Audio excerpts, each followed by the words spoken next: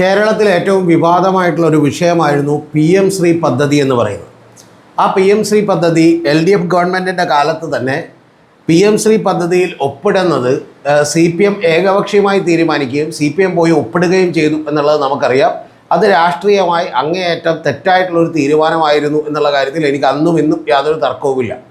അപ്പോൾ അതിനുശേഷമാണ് CPIയുടെ ഭാഗത്തുനിന്ന് വലിയ എതിർപ്പുണ്ടാവുകയും പിന്നീട് ഈ PM ശ്രീ പദ്ധതി നടപ്പാക്കേണ്ടതില്ല എന്ന് പറയുന്ന ഒരു കാര്യത്തിലേക്ക് എത്തുകയും അത് കെപ്റ്റ് ഇൻ അബയൻസ് എന്ന് പറഞ്ഞുകൊണ്ട്, അതായത് തൽക്കാലത്തേക്ക് ഞങ്ങൾ എന്ത് ചെയ്തിരിക്കുന്നു, മരവിപ്പിച്ചിരിക്കുന്നു, മാറ്റിവെച്ചിരിക്കുന്നു എന്ന് പറഞ്ഞുകൊണ്ട് ഒരു ലെറ്റർ വളരെ കൃത്യമായി കേന്ദ്ര മന്ത്രാലയത്തിന് അയക്കുകയും ചെയ്തു എന്നുള്ളത് നമുക്കെല്ലാം അറിയുന്നൊരു കാര്യമാണ്. അപ്പോൾ ആ സംഭവത്തിൽ ഉണ്ടായതിന് ശേഷം കഴിഞ്ഞ തെരഞ്ഞെടുപ്പിന് തൊട്ട് മുമ്പ് V ശിവൻകുട്ടി വന്ന് മറ്റൊരു പ്രസ്താവന കൂടി നടത്തിയത് ഓർമ്മയുണ്ടായിരുന്നു. കാരണം തൽക്കാലം സർവശിക്ഷ അഭിയാൻ വഴി നമുക്ക് കിട്ടുന്ന സർവശിക്ഷ കേരളയിലെ ഫണ്ടുകൾ അത് മേടിച്ചെടുക്കാൻ വേണ്ടി മാത്രമാണ് നമ്മളിത് ഒപ്പിട്ടത്, അല്ലാതെ നടപ്പാക്കാൻ ഉദ്ദേശിച്ചിരുന്നില്ല എന്നുള്ളതൊക്കെ നമുക്ക് ക്ലാരിറ്റിയോടുകൂടി കേട്ടൊരു കാര്യമാണ്. പക്ഷേ എങ്കിൽ പോലും ഒരു തന്ത്രപരമായിട്ടുള്ള പിഴവ് CPMൻ്റെ ഭാഗത്ത് നിന്നുണ്ടായി എന്നുള്ള കാര്യത്തിലൊരു സംശയമില്ല.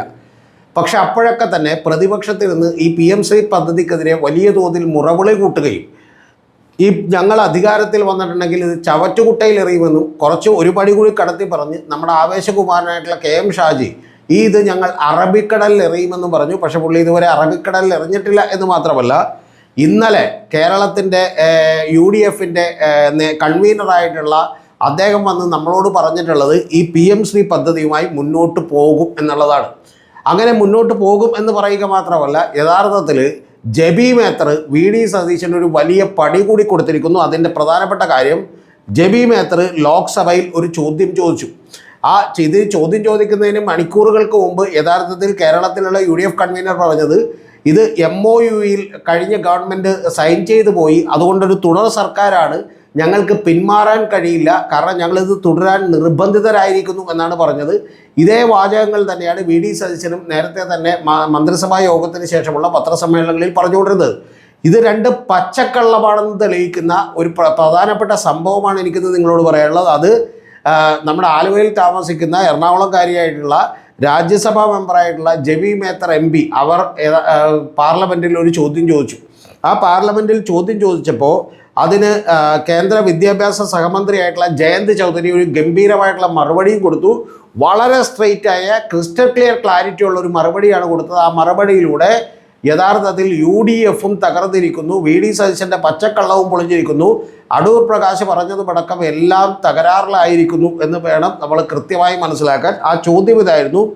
ആ ചോദ്യം എന്ന് പറയുന്നത് രണ്ട് ചോദ്യങ്ങളാണ്. ഒന്ന്, ഈ PM ശ്രീയുമായി ബന്ധപ്പെട്ട് ഏതെങ്കിലും ഫണ്ടുകൾ കേരള ഗവൺമെൻറ്റിലേക്ക് ട്രാൻസ്ഫർ ചെയ്തിട്ടുണ്ടോ എന്നുള്ളതാണ് ചോദിച്ചിട്ടുള്ളത്.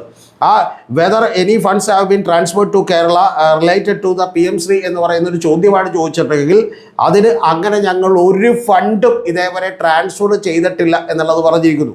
രണ്ടാമത്തേത്, ഇതിൽപ്പെടുത്തിയിട്ടുള്ള സ്കൂളുകളുണ്ടോ എന്ന് ചോദിച്ചപ്പോൾ അങ്ങനെ ഒരു സ്കൂളും ഇല്ല എന്ന് പറഞ്ഞിരിക്കുന്നു. എന്ന് പറഞ്ഞാൽ വളരെ കൃത്യമായി ഇതിനുമായി ബന്ധപ്പെട്ടിട്ടുള്ള ഒരു ഫണ്ടും കേരള ഗവൺമെൻറ് മേടിച്ചിട്ടില്ല.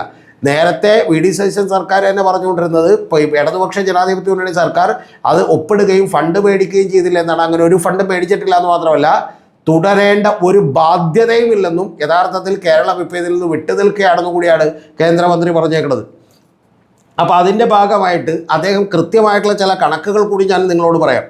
റൈറ്റ് ടു എഡ്യൂക്കേഷൻ്റെ ഭാഗമായിട്ട് CBSE സ്കൂളുകളിൽ കൊടുക്കുന്ന പ്രകാരം 99.27 കോടി രൂപ കേരളത്തിന് കിട്ടിയിട്ടുണ്ടെന്നും, പക്ഷേ അതൊന്നും തന്നെ യഥാർത്ഥത്തിൽ ഈ പറയുന്ന തമിഴ്നാടിന് റൈറ്റ് ടു എഡ്യൂക്കേഷൻ്റെ പേരിൽ അവരെന്ത് ചെയ്തിരുന്നു, കോടതിയിൽ പോയിരുന്നു. അപ്പോൾ കോടതിയിൽ പോയി കൊടുത്തതുപോലെ നമുക്ക് തന്ന പണമാണെന്നും, അല്ലാതെ അതൊരു കാരണവശാലും PM ശ്രീയുടെ ഭാഗമായിട്ടല്ലെന്നും, PM ശ്രീയുടെ ഭാഗമായിട്ട് കേരളത്തിലുള്ളത് കേവലം 47 സ്കൂളുകളാണെന്നും, ആ 47 സ്കൂളുകൾ കേന്ദ്രീയ വിദ്യാലയം നവോദയവും ഒക്കെ ആണെന്നുമാണ് പറഞ്ഞേക്കുന്നത്.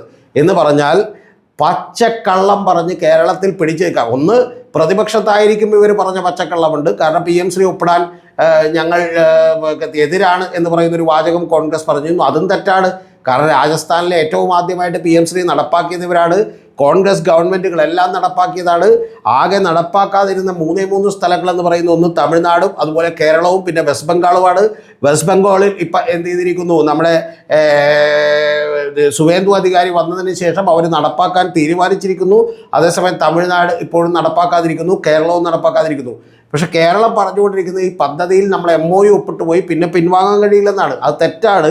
പഞ്ചാബ് ഇതുപോലെ പിൻവാങ്ങിയതിന് ശേഷം അവർക്ക് ഫണ്ടുകൾ കൊടുക്കാതിരുന്നപ്പോൾ 1 കൊല്ലത്തിന് ശേഷം വീണ്ടും അവർ ജോയിൻ ചെയ്തതാണ്.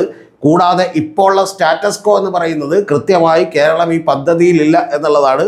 അപ്പോൾ അത് പഠിക്കാൻ വേണ്ടിയിട്ട് ഇവരൊരു ഉപസമിതിയെ വെച്ചിരുന്നു. ആ ഉപസമിതിയെക്കുറിച്ച് തന്നെ വിവിധ അഭിപ്രായങ്ങൾ നമ്മൾ കേട്ടു. ആ ഉപസമിതി ഇത് എങ്ങനെ നടപ്പാക്കാം, പകരം കണ്ടീഷൻസ് കേരളത്തിൻ്റെ കണ്ടീഷൻസ് അനുസരിച്ച്, അതായത് സിലബസ് നമ്മൾ തീരുമാനിക്കുന്ന, അതുപോലെ സ്കൂളുകൾ നമ്മൾ തിരഞ്ഞെടുക്കുന്ന അനുസരിച്ച് നടപ്പിലാക്കാമെന്ന് പറയുന്ന ഒരു അബദ്ധമാണ് പറഞ്ഞത്. അത് നേരത്തെയും MOUയിലുണ്ട്, പുതിയതായിട്ടൊരു കാര്യമില്ല. പക്ഷേ PK നവാസിനെ പോലെയുള്ള ചില മുസ്ലിം ലീഗിൻ്റെ നേതാക്കന്മാർ അവരെ പറഞ്ഞ് പറ്റിച്ചതായിരിക്കണം വഴി. കാരണം അവർ പറഞ്ഞുകൊണ്ടിരുന്നത് ഇതെങ്ങനെ നടപ്പാക്കാതിരിക്കാമെന്ന് പറഞ്ഞാണ് ഈ കമ്മിറ്റി വെച്ചേക്കുന്നതാണ്. യഥാർത്ഥത്തിൽ K. സുരേന്ദ്രൻ പറഞ്ഞൊരു വാചകമുണ്ട്, അതാണ് ഏറ്റവും ഗംഭീരം. PM ശ്രീ നടപ്പാക്കാനായിട്ട് മുസ്ലിം ലീഗിൻ്റെ മന്ത്രിയെ തന്നെ തിരഞ്ഞെടുത്തുള്ള ദൈവമേ നീ എത്ര വലിയവരാണ് എന്നാണ് ചോദിച്ചത്. എന്ന് പറഞ്ഞാൽ ഇത് മുസ്ലിം ലീഗ് പോലും നടപ്പാക്കാനുള്ള പരിപാടിയുമായിട്ട് മുന്നോട്ട് നീങ്ങുന്നു. കൂടാതെ N. ഷംസുദ്ദീൻ നിയമസഭയിൽ പറഞ്ഞ കാര്യം നിങ്ങൾക്ക് ഓർമ്മയുണ്ടാവും. PM ശ്രീ പദ്ധതി അന്നത്തെ ഗവൺമെൻറ് പണം കിട്ടാത്തതുകൊണ്ട് ഒപ്പിടേണ്ടി വന്നതാണെന്നാണ്. എന്നിട്ട് ഒപ്പിട്ടിട്ട് നമുക്ക് പണം കിട്ടിയിട്ടില്ല. കാരണം നമ്മൾ പിന്മാറാൻ പോകുന്നു എന്ന് അറിയിച്ചതുകൊണ്ട് 2023 മുതൽ 2025 വരെയുള്ള 1065 കോടി രൂപയും നമുക്ക് ഇതേവരെ കിട്ടിയിട്ടില്ല എന്നുള്ളത് നിങ്ങളറിയണം. എന്ന് പറഞ്ഞാൽ ഈ പദ്ധതിയിൽ നിന്ന് പിന്മാറാൻ ഗവൺമെൻറ്റിന് യാതൊരു ബുദ്ധിമുട്ടുമില്ല. ആകെയുള്ള പ്രശ്നമെന്ന് പറയുന്നത് ഇനി 9 മാസത്തെ കൂടിയുള്ള സർവ്വശിക്ഷാ അഭിയാൻ്റെയൊക്കെ ഫണ്ട്, അല്ലെങ്കിൽ PM ശ്രീയുടെ ഫണ്ട് നമുക്ക് കിട്ടില്ല എന്ന് മാത്രമേ ഉള്ളൂ. ഈ സർവ്വശിക്ഷാ അഭിയാൻ്റെയും സർവ്വശിക്ഷ കേരളയുടെയും, കേരളത്തിലേക്ക് വരുമ്പോൾ അതിൻ്റെ പേര് അങ്ങനെയാണ്, ആ ഫണ്ട് നമുക്ക് കിട്ടില്ല എന്ന് മാത്രമേ ഉള്ളൂ. പക്ഷേ ഇവരുടെ ഈ പറയുന്ന പോലെ ഇരട്ടത്താപ്പ് യഥാർത്ഥത്തിൽ ജബീ മേത്തറുടെ ചോദ്യവും ഉത്തരത്തിലൂടെ കൂടി പൊളിച്ചടുക്കിയിരിക്കുന്നു.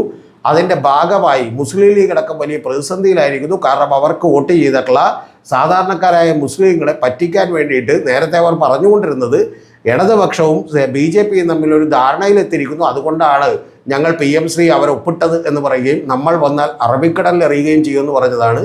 ഇപ്പോൾ KM ഷാജിനൊക്കെ സൗണ്ട് പറയിക്കുന്നു, അറബിക്കടലൊന്നും കാണാനില്ല, അതൊക്കെ എവിടെയോ വറ്റിപ്പോയി എന്നുള്ളതാണ് അദ്ദേഹം പറഞ്ഞുകൊണ്ടിരിക്കുന്നത്. എന്ന് പറഞ്ഞാൽ അടപടലം തകർന്നിരിക്കുന്നു എന്നുള്ളതാണ് ഏറ്റവും പ്രധാനപ്പെട്ട കാര്യം. ഇതിൽ ഇനി ഈ എല്ലാ പ്രശ്നങ്ങളിലും തന്നെ ഇതുപോലെ കള്ളം പറഞ്ഞുകൊണ്ട് ഒരു സർക്കാരിന് എത്ര നാൾ പിടിച്ചു നിൽക്കാൻ കഴിയും എന്നുള്ളതാണ് ഏറ്റവും പ്രധാനപ്പെട്ട കാര്യം. ഞാൻ ഈ വീഡിയോ എടുക്കുന്നതിന് മിനിറ്റുകൾക്ക് മുമ്പ് ഇപ്പോൾ മുസ്ലിം ലീഗിൽ വീണ്ടും എതിരഭിപ്രായം ഉണ്ടാക്കാൻ തുടങ്ങിയിരിക്കുന്നു. ഇപ്പം നിലവിലുള്ള അവസ്ഥ തന്നെ നിലനിർത്തണം എന്നവർ പറയാൻ തുടങ്ങിയിരിക്കുന്നു. കാരണം അവരുടെ അണികളുടെ ഭാഗത്തു നിന്നും സമസ്തയുടെ ഭാഗത്തു നിന്നും മറ്റ് പോഷക സംഘടനകളിൽ നിന്നൊക്കെ വലിയ സമ്മർദ്ദം മുസ്ലിം ലീഗ് എന്ത് ചെയ്തിരിക്കുന്നു, ഏറ്റുകൊണ്ടിരിക്കുന്നു. അതിൻ്റെ ഭാഗമായി മുസ്ലിം ലീഗിന് പോലും പരുങ്ങല്ലായിരിക്കുന്നു. പക്ഷേ മുസ്ലിം ലീഗ് നേരത്തെ ഞാൻ എൻ്റെ പോഡ്കാസ്റ്റിൽ പറഞ്ഞിട്ടുള്ളതുപോലെ അത് മുസ്ലിം ലീഗിൻ്റെ തല സതീശൻ്റെ കക്ഷത്തിലും അദാനിയുടെ കക്ഷത്തിലും കൊണ്ട് വെച്ചു കൊടുത്തതിൻ്റെ ഏറ്റവും വലിയ ദുരന്തമാണ് ഇപ്പോൾ ലീഗ് അനുഭവിച്ചുകൊണ്ടിരിക്കുന്നത് എന്നുള്ളത് കൂടി നമ്മൾ മറന്നുകൂടാ. എന്താണെങ്കിലും ഒരു കാര്യം ഉറപ്പാണ്, ജബീ മേത്തറിൻ്റെ മറുപടിയിലൂടെ കാര്യങ്ങൾ പകൽ വെളിച്ചം പോലെ വ്യക്തമായിരിക്കുന്നു. PM ശ്രീ തുടരേണ്ട ഒരു ബാധ്യതയും ഈ സംസ്ഥാന ഗവൺമെൻറ്റുകൾക്കില്ല. അങ്ങനെ നിർബന്ധിതരാകുന്ന ഒരു സാഹചര്യവുമില്ല. പഞ്ചാബ് അതിൻ്റെ ഏറ്റവും വലിയ ഉദാഹരണമാണ്.